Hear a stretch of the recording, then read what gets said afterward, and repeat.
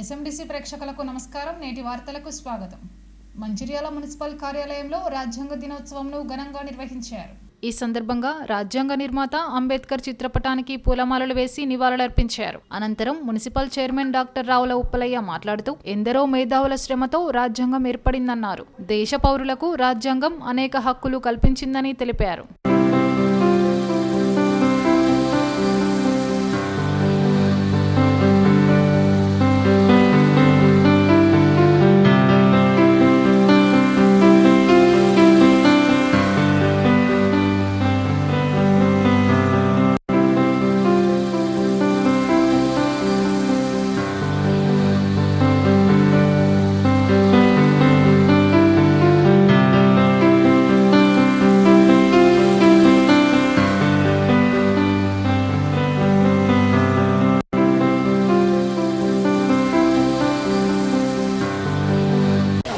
మంచిర్యాల పట్టణ ప్రజలందరికీ నమస్కారము. భారతదేశాన్ని 300 సంవత్సరాలు పాలించిన బ్రిటిష్ వాళ్ళు ఆ రోజుల్లో వాళ్ళ రాజ్యానికి సంబంధించిన విధి విధానాలను, రాజ్యాంగాన్ని మన భారతదేశంలో అమలుపరచడం జరిగింది. బాపూజీ గారు మరియు ఎంతోమంది స్వాతంత్ర సమర యోధులు చేసిన త్యాగం వల్ల మరి 1947 ఆగస్టు 15న మనకు స్వాతంత్రం సిద్ధించింది. స్వాతంత్రం వచ్చిన తర్వాత మన రాజ్యాంగాన్ని రూపొందించుకోవాలని, మనకంటూ కొన్ని విధి విధానాలను రూపొందించుకొని ఈ దేశంలో ప్రతి వాళ్లకు స్వాతంత్ర ఫలాలు అందించాలని, సమానత్వాన్ని అందించాలని పెద్దలు నిర్ణయించుకొని మరి మన భారతదేశానికి సంబంధించిన రాజ్యాంగాన్ని రూపొందించాలని ఒక కమిటీని వేయడం జరిగింది. ఆ కమిటీలో పెద్దలు డాక్టర్ బాబాసాహెబ్ అంబేద్కర్ గారు నాయకత్వంలో ఆ కమిటీ మన భారతదేశానికి ఒక రాజ్యాంగాన్ని రూపొందించడం జరిగింది. ఆ రాజ్యాంగాన్ని మరి నవంబర్ 26, 1949లో వాళ్ళు అమలు చేయడానికి తీర్మానించుకున్నారు. కానీ దాన్ని మాత్రం అమలు చేసింది మాత్రము 26 జనవరి 1950 నుంచి మనకు రాజ్యాంగం అమలులోకి వచ్చింది. ఈ రాజ్యాంగం అనేది భారతదేశంలో ఉన్న మన రాజ్యాంగం ఒక ప్రత్యేకమైన విశిష్టతను కలిగి ఉంది. ఎందుకంటే కొన్ని దేశాలు ప్రజాస్వామ్య దేశాలైనా వాటి కేంద్రీకృతమైన అధికారాలు ఉండడం వల్ల కొన్ని విధాలుగా వాళ్ళ రాజ్యాలను రచించుకోవడం జరిగింది. కానీ మన భారతదేశంలో రాజ్యాంగాన్ని రచించినప్పుడు మరి ఇక్కడ లౌకికవాదాన్ని ముఖ్యంగా దృష్టిలో ఉంచుకొని భారతదేశంలోని అన్ని మతాల, అన్ని కులాల ప్రజలందరికీ సమానత్వాన్ని లభించాలనే ఉద్దేశం కొద్దీ మన రాజ్యాంగాన్ని రూపొందించబడింది. దీనికి మరి బ్రిటిష్ రాజ్యాంగాన్ని, అమెరికా రాజ్యాంగాన్ని, రష్యా రాజ్యాంగాన్ని ఈ మూడింటికి క్షుణ్ణంగా పరిశీలించి ఏ రాజ్యాంగంలో అయితే ఏది బాగున్నాయో, ఏ రాజ్యాంగంలో ఉన్న నియమాలు మన భారతదేశ పౌరులందరికీ న్యాయం చేస్తాయి, లాభం చేస్తాయని ఆలోచించుకున్నారో వాటన్నిటిని సేకరించి మన భారతదేశానికి రాజ్యాంగాన్ని ఆ రోజు పెద్దలు అంబేద్కర్ గారు సమర్పించడం జరిగింది. ఈ రాజ్యాంగంలో విశిష్టత ఏంటంటే ఇది ఒకే ఒక రాజ్యాంగం, భారతదేశంలో ఉన్న ప్రజలందరికీ ఒకే ఒక రాజ్యాంగం. అది కూడా ఒక రాయబడ్డ రాజ్యాంగం. కొన్ని దేశాలలో రాయబడిన రాజ్యాంగాలు లేవు, కానీ మన భారతదేశానికి ఇది రాయబడ్డ రాజ్యాంగం ఉంది. ఎందుకంటే నిర్దిష్టమైన ఏదైతే ఆలోచనలు ఉన్నాయో నిర్దిష్టమైన ప్రమాణాలతో దీన్ని రూపొందించినారు కాబట్టి ప్రజలందరికీ దీని ఫలితాలు అందుతాయనే ఉద్దేశం కొద్దీ రచించబడ్డారు. దీంట్లో ముఖ్యంగా కావాల్సింది ఏంటంటే కేంద్ర రాష్ట్ర ప్రభుత్వాల మధ్య సంబంధాలు ఉండాలనే ఉద్దేశం కొద్దీ కొన్ని ఫెడరల్ యూనిట్స్ ఉన్నాయి, కొన్ని యూనిటరీ అంటే కేంద్రీకృతమైన విధానాలు కొన్ని ఉన్నాయి. రాజ్యాలకు విభజించి మరి వాళ్ళకు కూడా కొన్ని అధికారాలు సంక్రమించడం జరిగింది. దీన్నే ఫెడరల్ వ్యవస్థ అది యూనిటరీ వ్యవస్థ 2 విధాలుగా ఉంటుంది. ఫెడరల్ వ్యవస్థ లోపల రాజ్యాలన్నిటి అంటే స్టేట్లకు అన్నిటికీ 10 అధికారాలు ఇస్తూ వాళ్ళకు కొన్ని పవర్లు ఇచ్చు మిగతా అధికారాలన్నీ మాత్రం కేంద్రం తన వద్ద ఉంచుకుంటుంది. అదే యూనిటరీ సిద్ధాంతం అయితే మొత్తం రాజ్యాంగానికి సంబంధించిన అధికారాలన్నీ కేంద్రం దగ్గరే ఉంచుకుంటుంది. కానీ మన దేశం ఉన్న మన రాజ్యాంగం ఏంటంటే ఇటు రాష్ట్రాలకు అధికారం ఇస్తూనే కేంద్రం తన పెత్తనాన్ని కొనసాగించే విధంగా మరి దీన్ని రూపొందించబడ్డది. ఇప్పుడు ఫెడరల్ అంటే మన రాష్ట్రాలకు సంబంధించిన మట్టుకు మరి వ్యవసాయం కానీ, వైద్యం కానీ, విద్య కానీ ఇటువంటి విషయాలలో స్టేట్లు వాళ్ళ పాలసీలను అమలు చేసుకోవచ్చు. కానీ మిగతా విషయాల్లో కేంద్రం అనేది పెత్తనం ఉంటుంది. ఇప్పుడు డిఫెన్సే అనుకోండి, సెంట్రల్ ఎక్సైజ్ అనుకోండి, రెవెన్యూ అనుకోండి, రిపబ్లిక్ ఇన్వెంటరీస్ అనుకోండి, ఇలాంటి వాటి అన్నింటినీ కూడా మళ్ళీ కేంద్ర ప్రభుత్వం చేతుల్లో ఉంటుంది. ఒక రాష్ట్రం లోపల బౌండరీస్ మార్చాలన్నా రాష్ట్ర కేంద్రం మార్చాల్సిందే. తెలంగాణ రాష్ట్రం ఏర్పడాలన్నా కూడా కేంద్రమే చేయాల్సి వచ్చింది కాబట్టి యూనిటరీ ఫెడరల్స్. ఈ విధంగా భిన్నత్వంలో ఏకత్వం ఉన్న రాజ్యాంగం మన రాజ్యాంగం కాబట్టి ఇది చాలా విశిష్టమైన రాజ్యాంగం. తెలంగాణ మలిదశ ఉద్యమాన్ని తిప్పి ఉద్యమ చరిత్రపై చెరిగిపోని సంతకం చేసిన మహానాయకులు కేసీఆర్ అని జిల్లా అధ్యక్షుడు బాల్కసుమన్ పేర్కొన్నారు.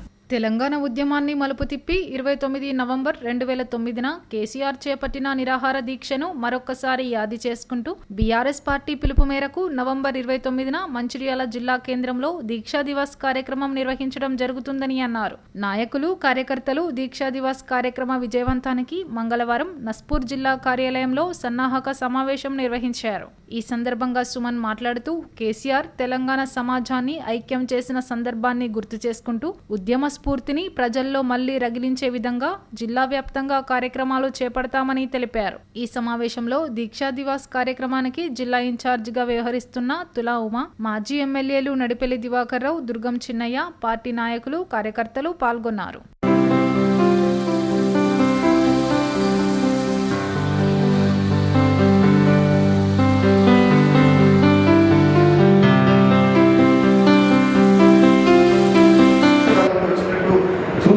మీకు ఇక్కడ అన్ని ఏర్పాటు కూడా నేను చేస్తే దానికి ఇబ్బంది లేదని తెలియజేస్తూ ఇప్పుడు మన ఈ దీక్షా దివస్ కార్యక్రమానికి మన మంచిర్యాల జిల్లా ఇన్ఛార్జ్ వచ్చినటువంటి సోదరుని కరీంనగర్ జిల్లా మాజీ జడ్పీ చైర్పర్సన్ మన మహిళా విభాగం అధ్యక్షురాలు దులాబక్క గారిని మాట్లాడవలసిన కోరుతూ జై తెలంగాణ, జై కేసీఆర్.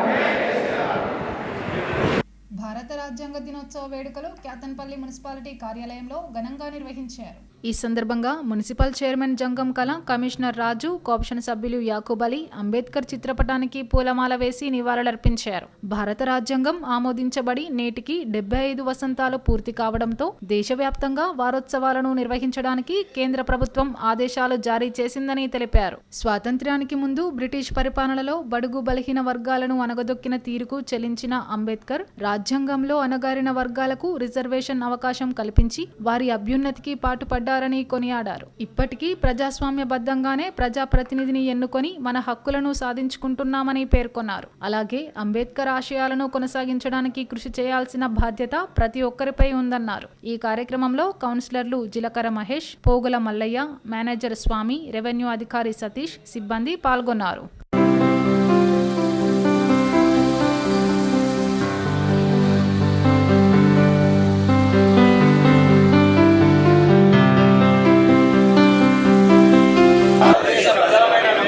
భారతదేశాన్ని సర్వసత్తాక సామ్యవాద లౌకిక ప్రజాస్వామ్య గణతంత్ర రాజ్యంగా నిర్మించుకోవడానికి పౌరులందరికీ సాంఘిక ఆర్థిక రాజకీయ న్యాయాన్ని ఆలోచన భావ ప్రకటన విశ్వాసం ధర్మం ఆరాధనలలో స్వాతంత్రాన్ని అంతస్తుల్లోనూ అవకాశాల్లోనూ సమానత్వాన్ని. నమస్కారాలు.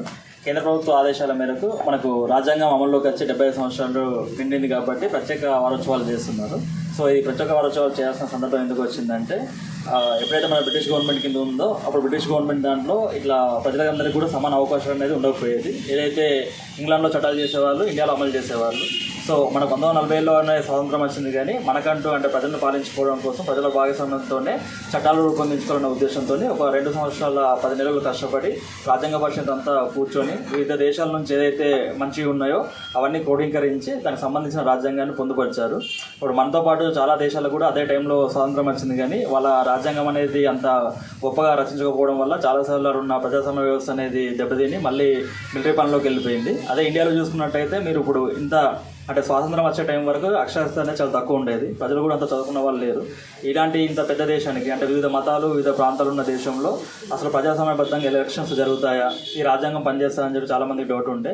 అలాంటి పరిస్థితుల్లో కూడా 75 సంవత్సరాల నుంచి ఈ రాజ్యాంగం తట్టుకొని నిలబడింది. అప్పటి నుంచి ఇప్పటి వరకు మనకు డెమోక్రసీ పరంగానే ఎలక్షన్ జరుగుతుంది. ఎన్నుకోబడిన ప్రజాప్రతినిధులే మనకు పైన రూల్ చేస్తున్నారు. అలాగే రాష్ట్రపతి మనకు మొత్తం దేశానికి మొత్తం కూడా అధిపతిగా ఉంటారు. ఈ రాజ్యాంగం అమలులోకి వచ్చిన సందర్భంగా ఇదే 1949 26 నవంబర్ రోజున అమల్లోకి వచ్చింది.